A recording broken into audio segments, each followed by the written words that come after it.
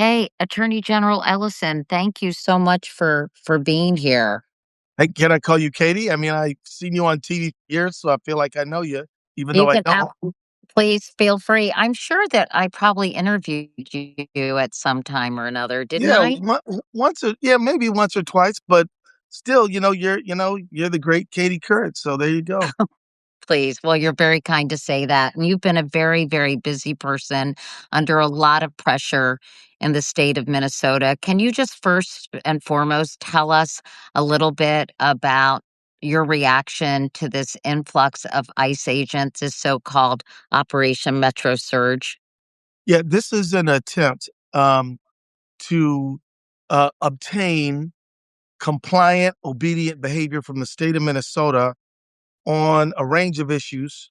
One is the way we choose as a state to engage around the issue of what the federal government calls sanctuary policies, but are the right of Minnesota to have such policies as a sovereign nation. This is the federal government is trying to obtain certain things. We're in court with them regarding voting rolls. We're in court with them regarding other sort of records, but they're in a battle with them on this. So the federal government has said what we cannot get from you from with a court, we're going to get from you with 4,000 ICE agents deployed into your city with guns who are no happy to use violence if that's what they feel like using. So, in other words, you know, the states of the United States predate the United States as an entity, and the United States and the states of the United States are engaged in what we call dual sovereignty and federalism. And what the Trump administration is saying, done with that. We don't have no federalism. You don't have any sovereignty. We're going to send armed men and masked men to your state unless you do what we say. And that is what's going on. But we say no, and we're never going to quit. We're never going to back down. We're going to insist on our sovereignty. We're going to sue over it. We're going to march over it. We're going to write awesome songs over it, like Bruce Springsteen just did. We're going to resist this, and we're going to maintain American democracy. So that's what it's about. They're trying to bully us into giving up our right to make Minnesota a unique, interesting, very cool place. May I call you Keith since you're Please, calling me Katie? that's my So favorite Keith, thing called. so let me ask you, I'd love to backtrack just for a second for you to explain what it actually means to be a sanctuary city. Great question, because Minnesota really is not a sanctuary state. They use, I mean, Pam Bondi and people like this throw these terms around all the time. But under Minnesota state law, Katie, when you are brought into a Minnesota prison or jail, you are asked about what your nationality is. And as you're processed through, that information is available. And if ICE shows up, they're going to pick you up. But what we won't do and what we cannot do is hold you there beyond our purposes as a state. So if the state says, well, Joe Jones is getting out at 12 o'clock on Tuesday, I says, "Oh, no, no, no. Can you hold him till 3?" We're like, "No, he's out on Tuesday at noon. We told you that.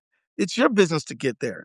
And so we're not we're not really a sanctuary state in that we have a state law that requires that communication, but we will be sued if we held people in confinement just to wait for ICE to come pick them up. And so that's the problem. They want us to basically violate people's rights to complete their business in state court and go about their lives. And that's the problem. They're trying to make us do their job, which we're not paid to do and we're not authorized to do and would be a violation of people's rights if we tried to do it. Can you tell us about the latest? I know that the federal government said the state couldn't investigate what was going on and what happened with Renee Good or Alex Preddy. I just talked to an expert. Are not preserving crime scenes. They're not gathering witness statements. Right. What is the state of Minnesota? What are you doing in terms of launching your own investigation into these killings? We are. So when Alex Preddy was shot and killed on Saturday, that day we went and got an temporary restraining order from a judge to command and the federal authorities to preserve and protect that evidence and to prohibit them from tampering or altering that evidence. And then we were in court the next day on Monday, and we believe we're doing everything we can to preserve this evidence, and we are going to preserve this evidence.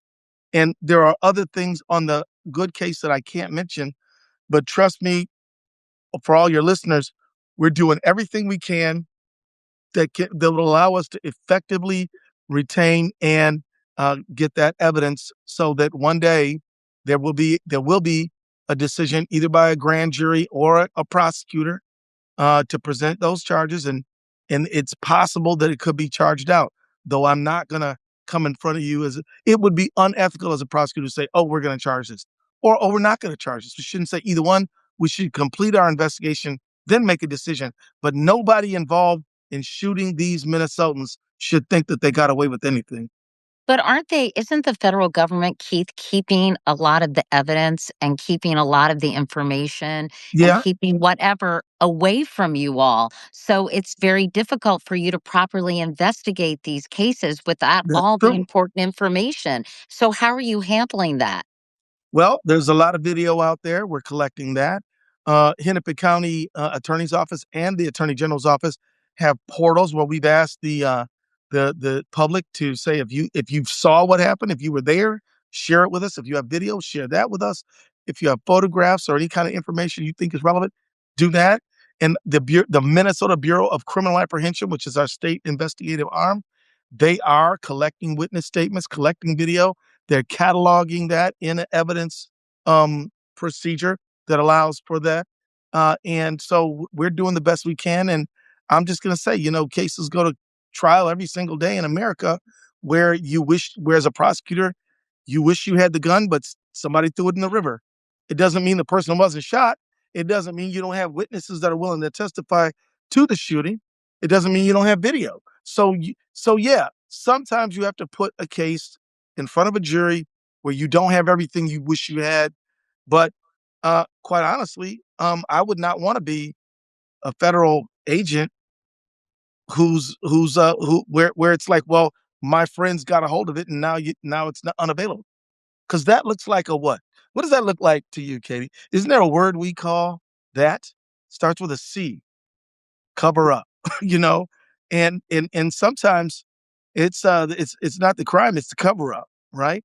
And if you're in, look, Pam Bondi and Steve Miller and all these people who are running our government, they say that Jonathan Ross is perfectly innocent, didn't do a thing, and that the victims of these things are domestic terrorists. Well, if that's true, hand over the evidence. Let's do an investigation, and I'm sure that your claims will be borne out. But maybe they don't really trust that. Maybe they don't believe that, which is why they're doing and saying the things that they're doing and saying. They're asking for voter rolls. Talk to us about that. Like, what, as some kind of, you give us our voter rolls, we may cooperate more with state officials. Can you talk about that and how bizarre that is? Well, it's like, look, we're going to send 4,000 armed agents to raise hell in your state. And we're going to shoot some Minnesotans. We're going to scare a whole lot of Minnesotans. We're going to demand papers of people who look foreign. We're going to do all that. We're going to have a wave of terror across your state. But if you decide to do some things that I think I need you to do, maybe we can back off. Well, that's called coercion. That is commandeering. It is prohibited by the 10th Amendment of the United States Constitution. They cannot do it. It's illegal. It's unconstitutional. And that's why I sued them. And that's why I believe we're going to win. We'll talk about that lawsuit because you're representing state and local officials, Right. and it involves the 10th Amendment. Can you explain what you're doing legally for the non-lawyers who may be watching? Yeah. So let me take everybody back to civics, okay? So way back when the United States was formed, the 13 colonies said, okay, we'll be We will be part of the United States, but we got to retain certain rights to ourselves, and you, federal government, will have certain rights for you. You will be supreme in certain things, but all the other things, that's our business. You stay out of my business, we'll stay out of your business. And so that's what the 10th Amendment is sort of about. We all have been told and taught that the separation of powers and checks and balances is because we got a judiciary, we have a legislative, and we have an executive branch. Well, that's just part of the check and balance. The other part is the states who retain power over a wide range of things. Think about it, Katie. Isn't voting qualifications? Is in Minnesota, if you're a felon and you're out, you can vote. In other if in other states you cannot. So it's voting is state, marriage is states. Whether you have a right to an abortion nowadays is a state matter. I mean, you're the licensing for teachers, medical professionals, lawyers is state. So much of what we do in our lives is governed by the state. And what Trump is saying is, all of that state stuff. No, the central government tells you what to do, and you damn well better do it, or we're going to send 4,000 men with guns who would mass to make you understand that it's in your best interest to do it our way.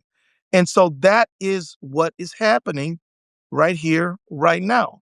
And well, hasn't Trump said, "Oh, the press is a bunch of liars and fake news," so they're trying to collapse First Amendment freedom of the press.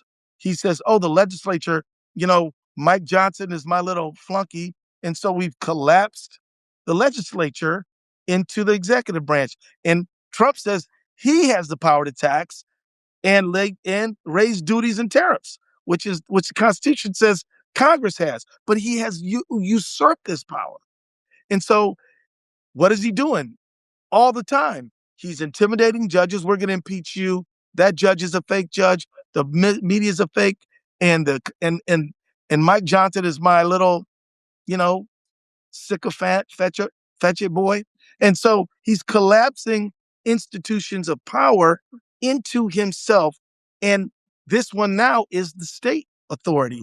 And so that's what he's doing. He's trying to, what does it mean? To collapse all institutional power unto yourself. That is a definition of authoritarianism, tyranny, dictatorship. And that's what we're looking at. And what are you doing in response? What is Minnesota versus Nome? Well, we're suing them, Katie. We went to court and we said this is illegal, unconstitutional, and Judge, we need you to issue an order to stop Operation Metro Surge. And if you would allow me, Katie, I would like to tell you Please. your listeners a little bit about Operation Metro Surge. Ordinarily, Minnesota is within a 5-state area that ICE operates out of, and normally for the whole 5-state area, they have somewhere between 80 and 200 people who work in the area. That's in ICE ever since 9/11 and then we established the Homeland Security, and it's been about that number, fluctuates no more than 200, 150, no less than around 80. We now have about 3,500 of all immigration officers in America. We have around 10 to 12% of all of America's immigration agents right here, right now, looking for something to do, harassing, bullying people, doing all kinds of horrible things. And what we're saying is that this massive escalation is about punishing Minnesota. And it's not just punishing us. Trump said he wanted retribution. He said that in a True Social post. Bondi says, yeah, well, maybe things can go back to normal if you do give us what we want. That's illegal and it's coercive. But at the end of the day, we are in court with her because she's trying to deprive us and rob us of our sovereignty. And I'm telling you, if she can do it to Minnesota, she can do it to Wisconsin, she can do it to Montana, she can do it to New Jersey, she can do it to New York. She can do it anywhere. They can do it anywhere they want. And so this is why this issue is everyone's concern. Every American, every state. she'd be like, no, no, hell no, absolutely not. This is all of our business. And so we have asked people to file amicus briefs in favor of our legal proceedings. We've asked people to come to our state and to hold community meetings and to hold different events to really drive up public interest and concern. And so that's what's going on. We are fighting for American democracy right here, right now. It sounds overblown because whoever would think that we ever have to fight for American democracy? But we do, so we better step up to it. And can you talk about the basis in which you're filing this suit, what you're claiming, and Right. how it involves the 10th Amendment? Yeah. Well, what would so our Which was, claims by the are way, interestingly, Keith, used by Southern states, right, during the civil yeah, rights movement? very true. The southern states said that we get to have Jim Crow segregation based on states' rights. And they weren't wrong that there were rights reserved to the states. But the Constitution says equal protection under the law, and the 14th Amendment said due process, equal protection of the law, equal citizenship. So while you do have states' rights, you don't have the right to discriminate against people based on their race. So the southern states saying states' rights were actually wrong, but Minnesota's not wrong because we're not taking any rights from anybody. In fact, Trump's mad at us because we give people rights. He's pissed off at us because we do welcome the stranger. We tell our immigrants come to our state, refugees come to our state. We even elected one of them to Congress, and he's real mad about that. I don't know if you've ever met Ilhan Omar, but I Yes, would. I have. I interviewed her right when she was elected. Well, you were right to do so. She's a wonderful person. I was in Congress right before her. She took over my seat. I like to claim a little bit of her success because hey, she's younger than I am, and I've always been there to support her, and I still am. And I've always tried to mentor her in however I can. But she is a brilliant, amazing leader all on her own. I don't take any credit for that. But she is sort of one of my favorites, right?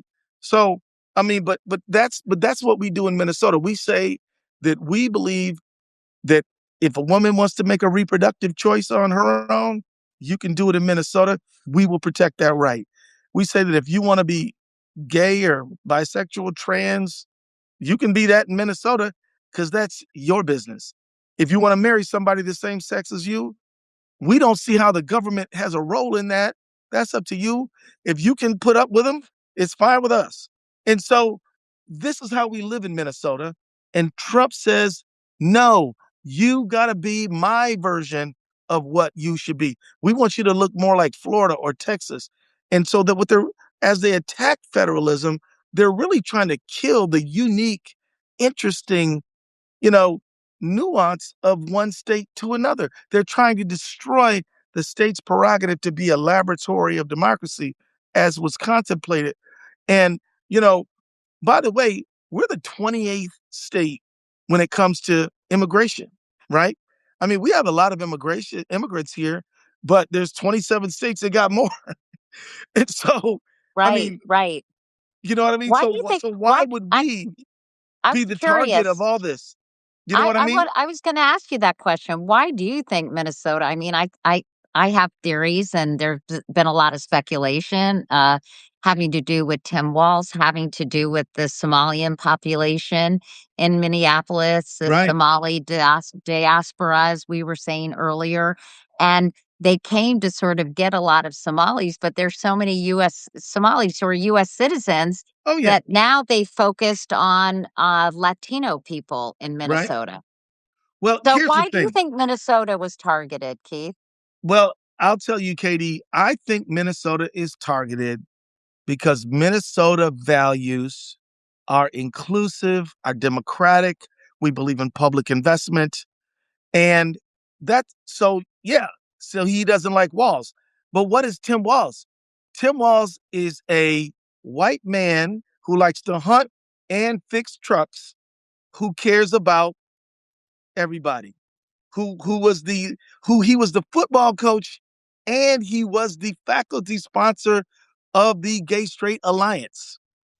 He does he Well, Trump can't tolerate a white man like that because he's trying to say, wait a minute, we need all white men to be on this side, my side, and we don't want none of them to care about people of color, gay kids, diversity, a fair economy, unions, environmental protection, all of that liberal stuff. Tim Walz is walking proof that you can be a flannel wearing, John Deere wearing, hat wearing hunter and perfectly masculine, regular dude and still be compassionate and care about others. So he's deeply threatened by Tim Walz. Tim Walz is a demographic that he feels he owns, and Tim Walz isn't obeying him. But we elected Tim Walz because Tim Walz is a hell of a teacher. He is the kind of guy who can be the football coach and the faculty advisor for the Gay Straight Alliance, who's just a compassionate, caring person. So that's just the Tim Walz story. There's others as well. You should go back to the 1948 speech that Hubert H. Humphrey gave at the Democratic Convention in Philadelphia. And he said, we need to walk out of the shadow of states' rights into the bright sunshine of human rights. And there's a book called Into the Bright Sunshine, and it's about Hubert H. Humphrey, mayor of Minneapolis back in those days, became a U.S. senator and a vice presidential candidate and a president candidate. But he was this leading edge of attacking Jim Crow segregation, on the leading edge of an inclusive economy where the government invested money to help ordinary, regular people of all colors. And then after that, you got Walter Mondale, who helped lead the band in terms of fair housing, and who was such an iconic, progressive, inclusive leader of all people, one of my personal mentors and heroes, and one of the people who convinced me that I should run for attorney general, leave Congress and run for attorney general, Walter Mondale. And then Paul Wellstone, who was leading, Who who went to was my high school. there you go. And yeah, who was speaking up against the war. You may recall in 2002, everybody, America's ready for war, right? But Paul Wellstone said, I'm voting against the war in Iraq because it's the wrong thing. And he turned out to be right about that. And so, but we have this legacy of people that now we got Ilhan Omar. We got, people who are we believe that the people we want representing us are going to absolutely throw down for the best interests of all people. We don't hate our neighbors. We believe in our neighbors. I don't have to know you to help push your car out of the snow in Minnesota. And you We all believe do in it. multiculturalism. We believe in multiculturalism. We're proud of when Trump says that the Somali community is garbage. Well, we believe in sending them to Congress, So this is why he's targeting us. We voted against him 3 times, by the way. Like 1, 2, 3. And he got up and he's really mad about that. His feelings are really hurt, that we wouldn't vote for him. So that's why he doesn't like Minnesota. Now, I don't want to tell you that we've solved every social problem known to mankind. Um, you know, we have a lot of problems here. We're still overcoming challenges, but we're trying to work on them. I'll give you a quickie example. In Minnesota, if you had a bunch of like Black and Latino and poor white kids who didn't have any summer jobs, and if you went to go to the local chamber of commerce and you said, hey, what are you going to do to help these kids get summer jobs? These Minnesotan businessmen would probably say, well, what do you think? Well, what if you all hired a few of them? Okay. Stuff like that happens in Minnesota. You know, they called it Club Fed. That's what they called it. And it was a summer jobs program.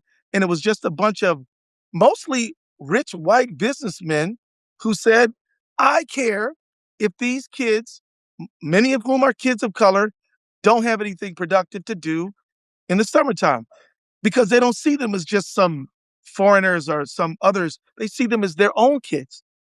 And they don't, the melanin differences are not the main thing for them.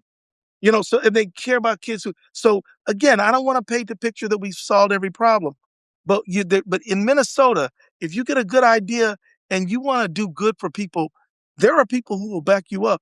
And some of them got power. Some of them are in a position to help, and they do. That's why they call it Minnesota nice, right? I'm t- right. Let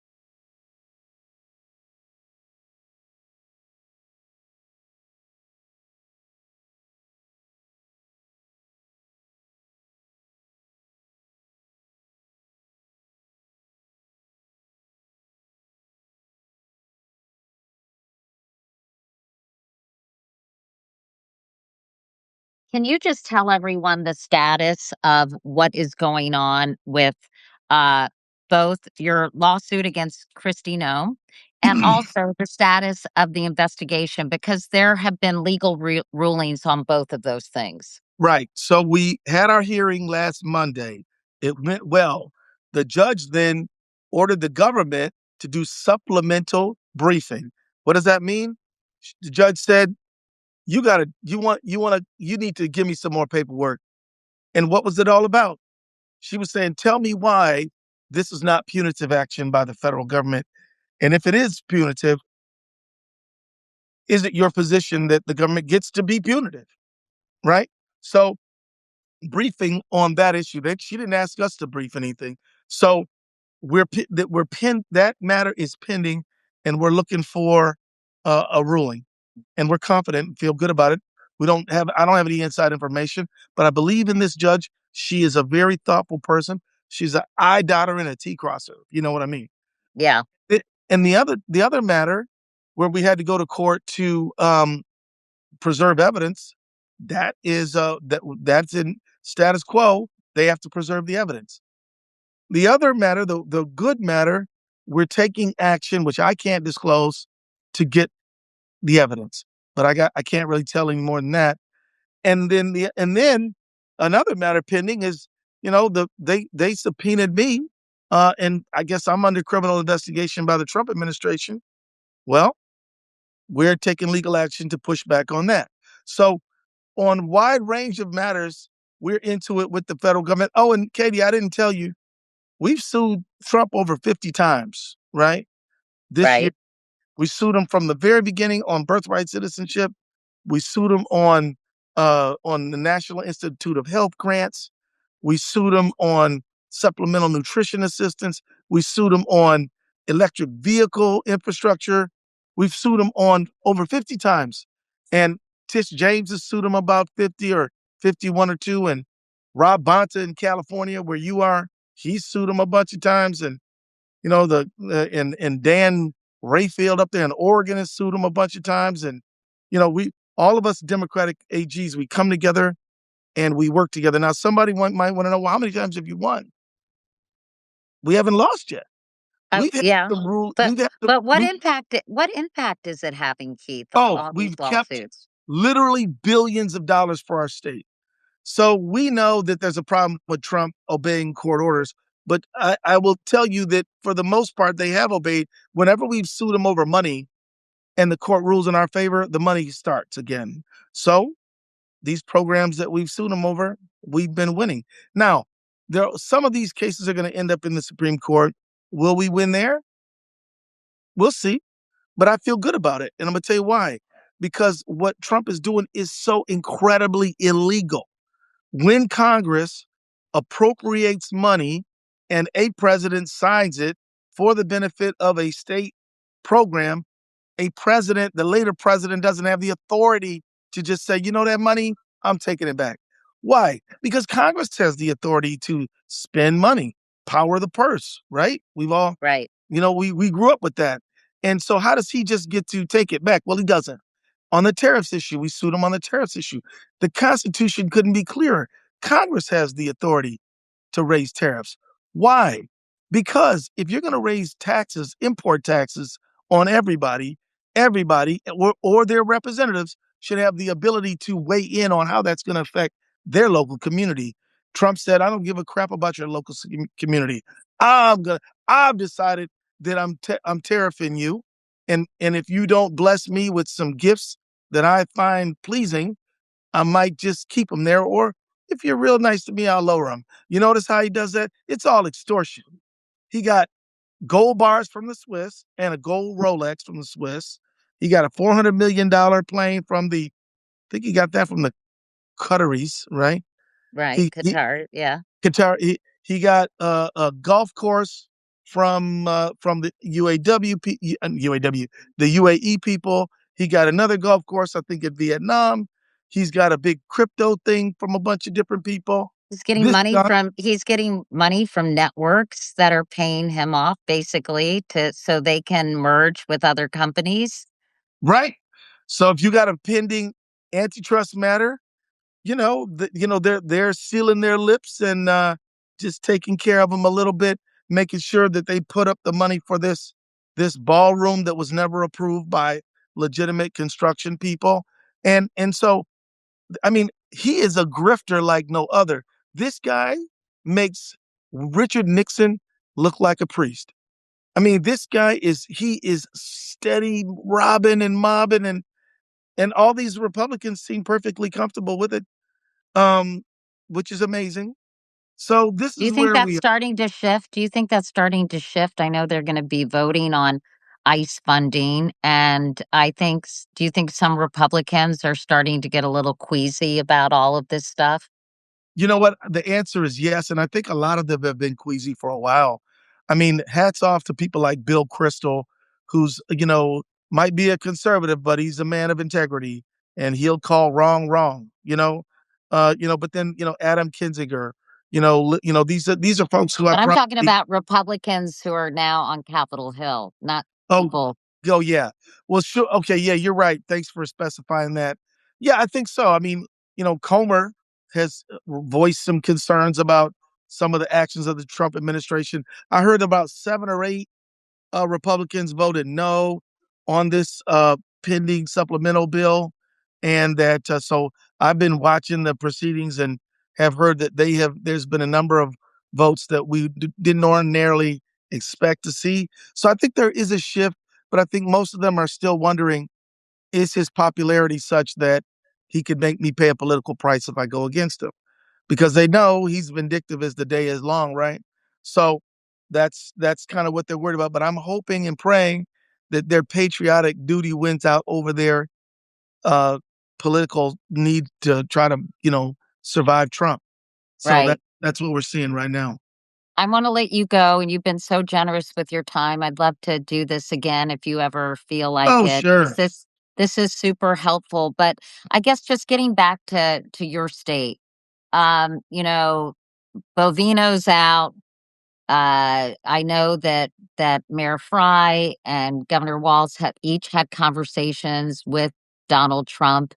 It seems like they're starting to realize this is not really looking very good for the administration, what is happening in Minneapolis. And how do you see this sort of ending? Do you see them retreating from Minneapolis and St. Paul? And do you see them pulling out these ICE agents?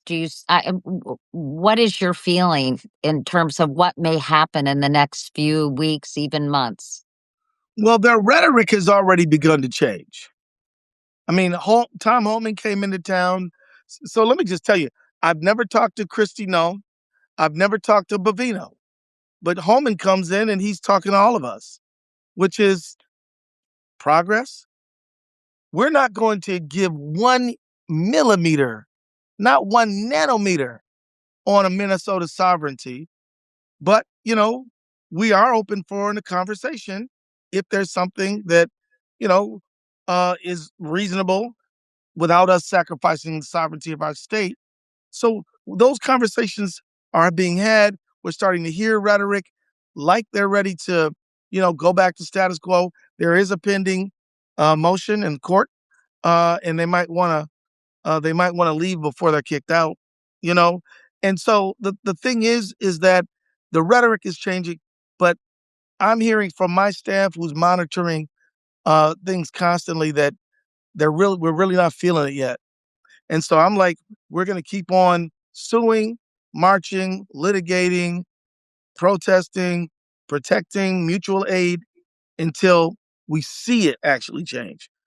And if I may say one thing, even though I think Bovino is not a good public servant, I actually found it interesting that they chose him because he had a reputation for brutality.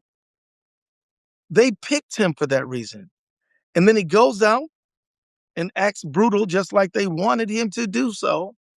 And now he's out based on PR, proving that Trump doesn't love Bovino. Trump doesn't love Marjorie Taylor Greene, doesn't love really anyone, and is more than willing to throw anybody under the bus. So if you're a conservative, be careful about who you hit your cart to, because the loyalty you're expressing will not be returned.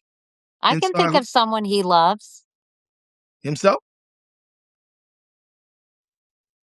Yes. Okay, yeah. Well, that's the one. I mean, that's a pretty short list, but there's no loyalty. And so, I just tell people, you know, do the right thing because you're not going to get the loyalty you're expecting. I mean, and now we're hearing rumblings about whether Nome is on thin ice. We've been hearing for months Stephen that Miller. Stephen Miller. We've been hearing Hegseth is on thin ice. We've been hearing, all these people who have basically, been, they've harmed America for him. Well, now when he's done with them, they're like a to him, they're like a piece of tissue paper that you blow your nose in and throw it in the garbage. It's useful to you right up until you got to blow your nose, and then it's just a mess, and you get rid of it. And why people would ever line up with him is a mystery to me. What can people do to support the state of Minnesota, to support the people out there in the freezing cold who are trying to take a stand and saying not in our state? What can people outside of Minnesota do? Donate to a charity of your choice. I'm not going to pick one out because I regulate charities in Minnesota, but a reputable good charity that is helping people do mutual aid. Please support those. They're online. You can find them. Because I regulate them, I cannot favor one of them. That's something you can do. The other thing you can do is you can come to Minnesota. I mean, the fact is, come here, come to a community meeting, come to thank the people who are standing witness at the Whipple building. You can do that. You can also, if you're a lawyer and connected to a legal organization, we need amicus briefs to support our legal filings. If you are a journalist, come tell the story. And you can telling one person's story is illuminating the whole story. And so do that. If you're like a good songwriter, be like Bruce Springsteen and write a story about the streets of Minneapolis, or like Jesse Wells, or like others, but use your artistic ability. So there's a lot and here's the main thing here. Thank you for allowing me to answer this question because, Katie, I want to just assure people. I had a young person say to me just this morning, and I love young people. I used to be one of them, said to me, I'm not going to support none of these politicians till they get ICE out of Minnesota. And I said, dear one, ICE is here because of an election. We cannot say we're not going to go as strong as we can to protect the vote. We saw what happened in Fulton County with the subpoena at the election office. They're demanding our voter rolls. We cannot win an election and get gavels back by starting to really go get people elected in next November. It's got to start now. You got to go to precinct caucuses, participate in primaries. You got to do election protection now. We need people to sign up for being voter officials, election officials. We need people to really start thinking about the election right now. And once you sign somebody up to vote who's never voted before, then what you could do is you can invite them to a community meeting, a protest, whatever, so that they stay involved. But we need people. I mean, here's what I want to ask people to do out there. Go look at your state and figure out when you did the best you ever did in the midterm the last 20 years. Take that number and put on 5%. And then what you do is you take that number and divide it by the number of days between now and election day. And that is the number, that is the number of people you got to go get to pledge to vote every single day. Do it with a team, do it with a group, do it with, but make sure that 2026 has the highest voter turnout in the history of the United States for a midterm. I mean, if you don't, I'm not talking about Democrat or Republican.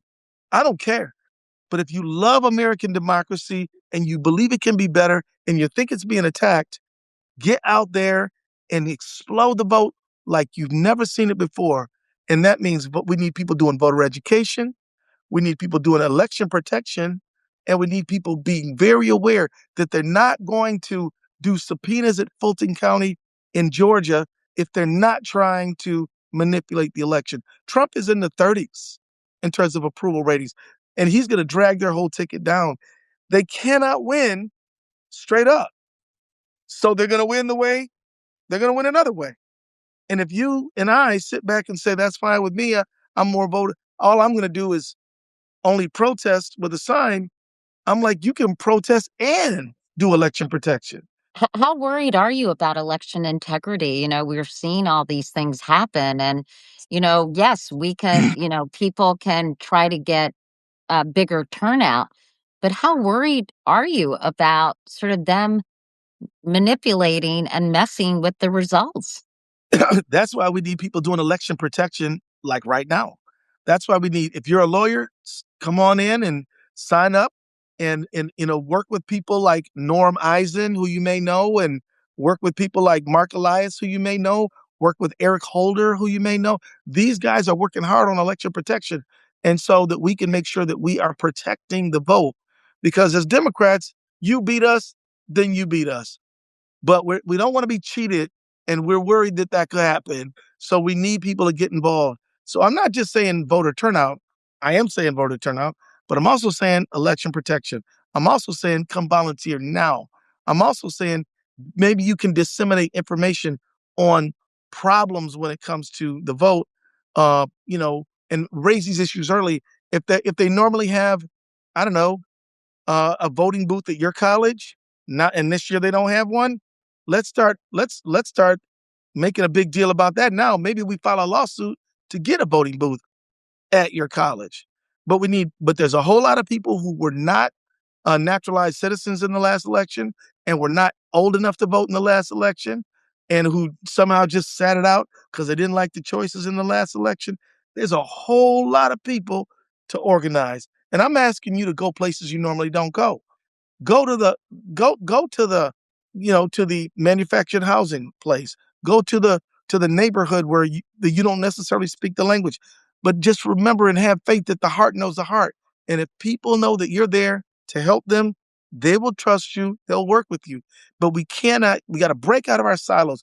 If you're from an urban area, go to the rural communities, go to the farm country, listen to them tell their story about how they lost their farm because Trump did a tariff on China, which resulted in retaliatory tariffs, which destroyed their soybean industry and drove up the cost of fertilizer and everything else. The Or rural or communities, people have crops who are not being harvested because there aren't enough workers. because they got cows that aren't being milked because there's not enough dairy workers. They got all kinds of problems. But the Republicans and Trump have done really well in rural areas.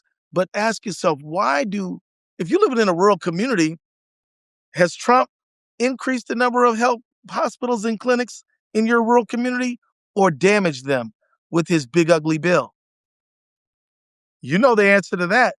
Rural hospitals looking at shutting down, premiums skyrocketing because of the discontinuation of the Affordable Care Act subsidies. He's hurt you. Do not reward people who have hurt you.